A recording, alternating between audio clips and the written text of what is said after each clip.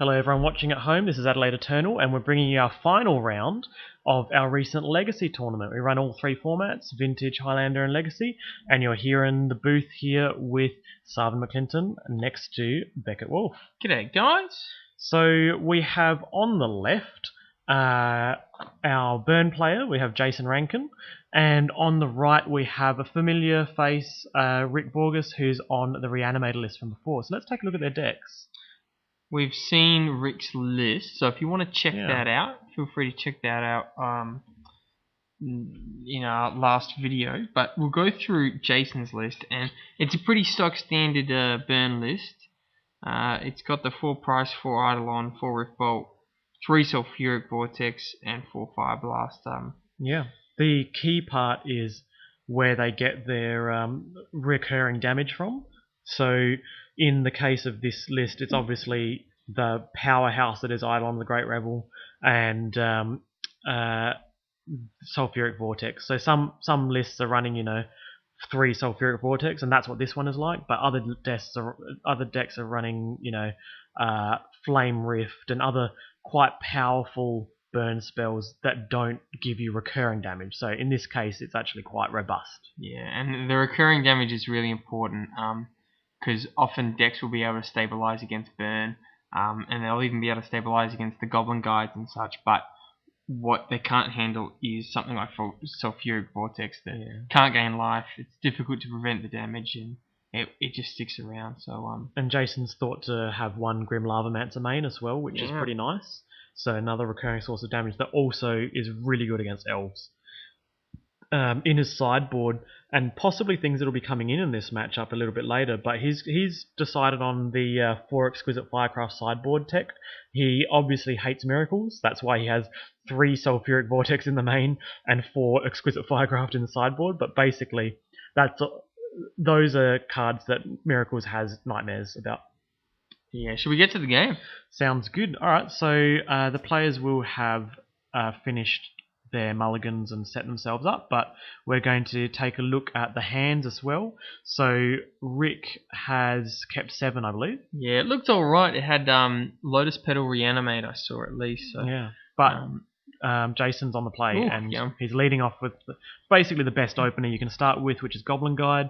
Doesn't hit a land, which is great, and deals 2 damage. So this is a nice, we're talking about recurring sources of damage. When you're against a deck like Reanimator or, Miracles or anything that can't be, that doesn't have blockers and can't outclass you, Goblin Guide basically just is an enchantment that deals 2 damage each turn. We were saying in the last game that Rick played against another combo deck that life didn't matter, and they were both playing Ancient Tombs.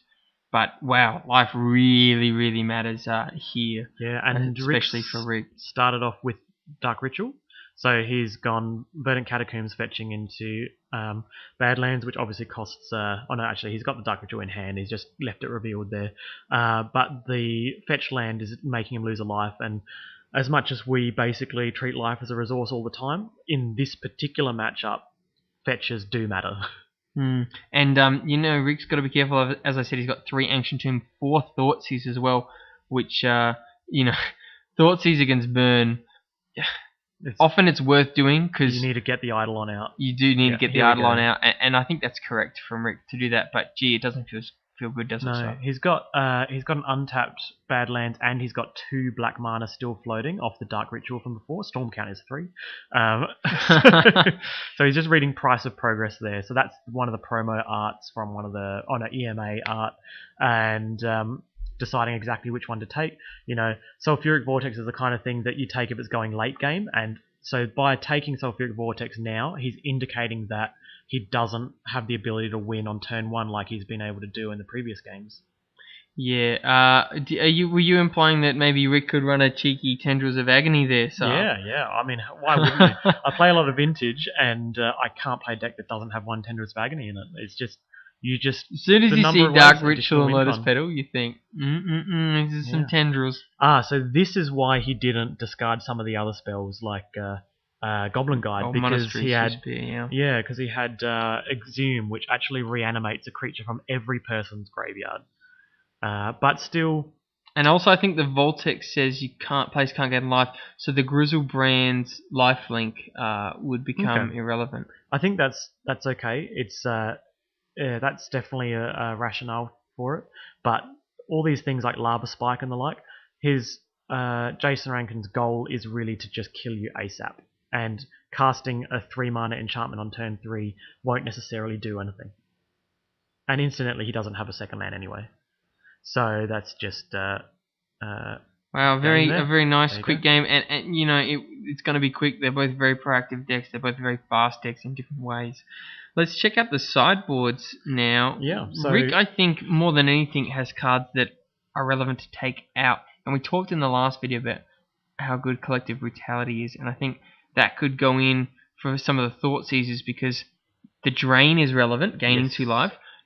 Neg 2 on a Goblin Guardian or Eidolon is relevant.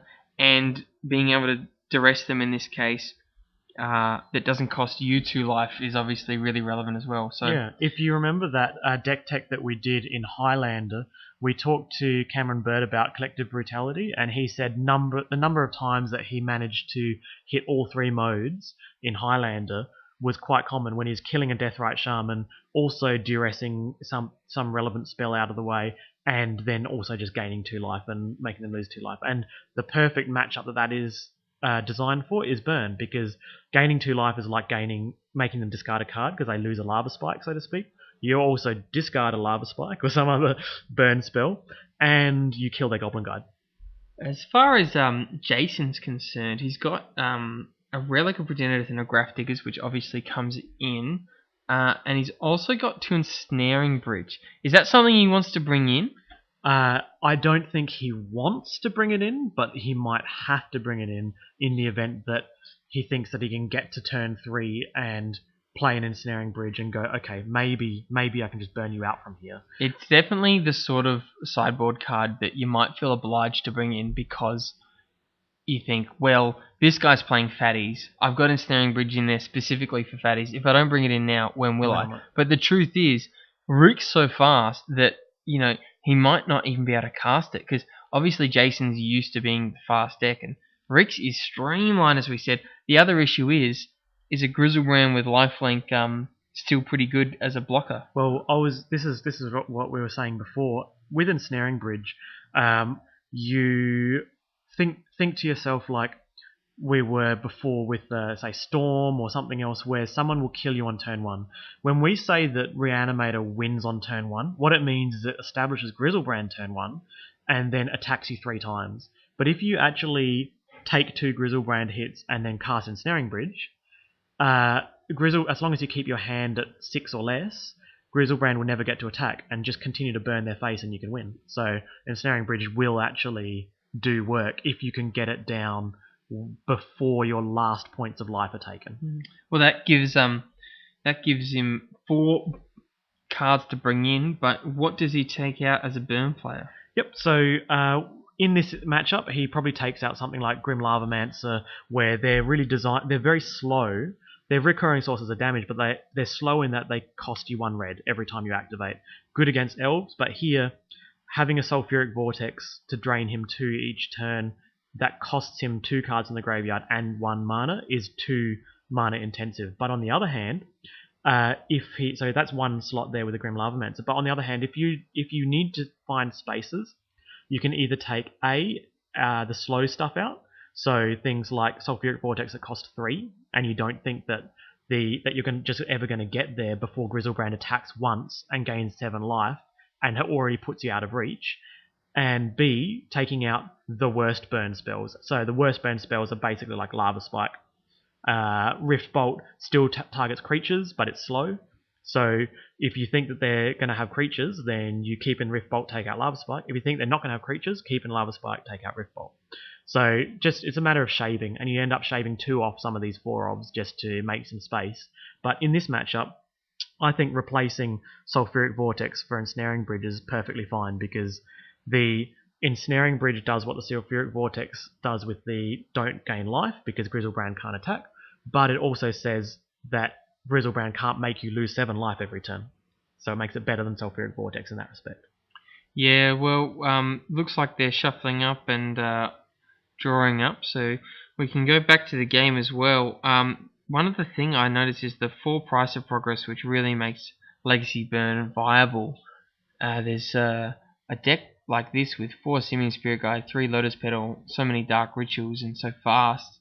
You got to think that it almost sort of nails the price of progress a bit. Yeah, the price of progress will usually do 4 damage, which is basically a Flame Rift, and when it's hitting you as well. So it'll be interesting to see whether he kept all of them in or not. It just depends on whether he found slots to shave. I find that you need to stay lean and mean, otherwise you won't win. So we've got Faithless Looting, Dark Ritual, Sneak Attack, Rift Bolt on the left, but that's all I saw. And interestingly, Rick brought in Sneak Attack, and we said in the last video he set up a really nice sideboard where he plays from the graveyard game 1 and then has the Sneak Attacks as a different option for game 2. Because there is a Relic of Progenitors and a It's true, but against Burn, 4 mana is actually a lot. Yep. So I think you do want to take it in because you don't want to just lose to Grafdigger's Cage. But yeah, that's it's one matchup where sort of the Sneak Attack isn't as good. Very true. But then again, in this instance, Jason Rankin's opening is basically the worst Burn opening, which is Suspend Rift Bolt. And you got same as Lava Spike. Yeah, you got to look at this. Whenever I see that, yes, he's tapping out every turn, but of course he is for the first turn. Everything he has costs 1 or 2, but it's about whether or not he can get that constant damage, like we were talking about. Like if it's a Grim Lavamancer or Goblin Guide, something that has reoccurring damage, then you get worried because Rift Bolt's always going to do 3 damage whenever you play it, but Goblin Guide does more damage the earlier you get it out, obviously. So when I see that, I go, all right, I've got a good shot at this. Yeah, absolutely. So he could follow up on turn 2 with an Eidolon, which is why he would have kept the hand, because the hand has to be good if you're leading off with Rift Bolt. So I would say Eidolon's coming down. That's right. Eidolon is definitely a source of recurring damage, which is still very, very scary for Rick, especially someone running stuff like Lotus Petal and Dark Crit. Yeah. You can really rack it up there. Absolutely. I think a nice curve out would be Eidolon turn 2 and Snaring Bridge turn 3. What does Rick have that can deal with Ensnaring Bridge? It has to be from the hand, right? You have to Thoughtseize it, but he would have taken Thoughtseize out. He's got Elishnorn in the sideboard. Perhaps he's done that. Yeah, I can see that. How does he deal with Ensnaring Bridge at all? How does he actually I don't think he does. I think you just unmask it or Thoughtseize it. But in this matchup, I think he's taken out Thoughtseize. He doesn't know the exact. So we've got Lotus Petal into Dark Ritual, 3 black mana in the pool. Now he's using Collective Brutality. So this is one of those instances where if he did have the Goblin Guide on turn 1, he would have been able to escalate to get rid of the Goblin Guide too, but then he'd also be down to 4 more life. Yeah, Collective Brutality here, very good. He's going to take a burn spell and he's going to gain 2 life. The drain 2 and 2 is pretty much never relevant except against burn. So really nice to see it get used here. The versatility of Brutality. Yeah, he's discarding Sneak Attack, which he has deemed as too slow, and there's the Ensnaring Bridge. So we're really actually. Unfortunately, no Eidolon there, but Jason Rankin has obviously recognised the fact that Ensnaring Bridge does everything he wanted to do. I do see 1 card Engineered Explosives in Rick's sideboard. I doubt he sided it in, but maybe it will come in after game 3 if he has no... Oh, there it is. Yeah, and it's in the bin, so how does he do... He hasn't anticipated that he needs to pay Lotus Petal for green and then 2 Badlands to make it. Unless he can get Sire of Insanity out here and make him discard it. Yeah. Well, this will be using up the last of his floating black mana, so he'll only have that 1 Badlands available. So let's see what happens. So he has chosen Sire of Insanity. This is that card that says at the end of each turn, players discard everything in their hand.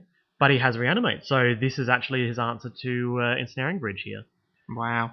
Yeah, and he's emptied his hand by actually playing the last card in his hand, which was a land. So he's all in on Sire of Insanity. Although he does lose life due to the Reanimate, it's going to be down to top deck mode from Jason. So Jason's going to, before the end of the turn, just unload as much burn as he can from his hand. And from memory, he has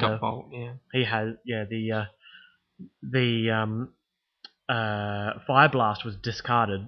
So So that's why Bolt to the face. The Fire Blast. Very good. And Tight play you know, you might think, at first glance, Reanimate is losing life. I can't do that. I can't really be reanimating. This top deck. This is the absolute most beautiful top deck you want to see. This will Eidolon? stop Eidolon. Nice. This will stop the following spells being played, and all Rick is going to do is he's going to tap Siren Insanity to attack. That's all he's going to do, because he's got his win on the table and he doesn't need to cast any more spells. But if Jason can line it up, he might be able to... Oh, sorry, there's no Ancestral Recall in this format, so he can't draw 3 and Lightning Bolt 3 times, I'm afraid. Yeah, I get the feeling that Rick's going to pull away with the Sire, and it just shows how fast Rick's deck is, in that he's still happy to keep him Reanimates despite potentially losing 8 life against a burn deck. Yeah. The fact that he goes, you know what, this 1 mana is going to make the difference, and it really well could. So now this is that awkward position that you get in. You have an Eidolon of the Great Revel. Do I attack and take you to 8? And then you attack me with your Sire. He has to attack because he has no other way of winning. And Rift Bolt is actually the perfect draw here because he's not going to lose life from his own bolts. He will. Isn't he? In his upkeep. So this is what we're talking about, where it's do you attack with Eidolon, because now he's going to get that situation where he can't actually attack because he's on a lower life. But he has no total. other way of winning, does he? No. So here we go. He triggers his own Eidolon. No, he'll have to block. That's the only way out. But then there's nothing left to do. Well, your outs are always Ancestral Recall, Black Lotus. Okay, unfortunately there's no outs. But he's on 2. Fire Blast? Yeah, so he could Fire Blast, which doesn't... Don't attack, because if you attack, obviously you lose. So, but he can... Yeah, he has to block so that he loses his Eidolon. And he's not going to play a second Eidolon, because it would cause him to die. So here he has to block. This takes him down to 2. Takes him to 0, sorry. And he has to get a burn spell, but he doesn't. So that was a demonstration of how 2 very streamlined decks in Legacy managed to push their way through to the end. And, wow, really well played from Rick. Really quick. And we saw the Sire of Insanity come out in that second game. We also saw it in the last match do really, really well. And, you know, it looks a bit cute at first glance, but, you know, the speed at which he's playing before your opponents get Hayed out and before they get a board presence, the 6/4, you know, it's not battling with anything. It doesn't need to battle with anything because there's nothing else out there, and I think it's a really, really smart play. Yeah, it was fun to watch 2 streamlined decks just power through and see who gets to the end. So so Rick Borgas went 5-0 today. Really good effort by him. Great effort by everyone else that was also playing and we saw on camera. And we hope that you'll join us soon, either at our tournaments in real life in South Australia. We run a tournament every month, and that just rotates through all 3 of the Eternal formats. Otherwise, you can catch us online. The next one's on the 18th of March, guys. So check it out. And yeah, we're Adelaide Eternal. So thanks for watching.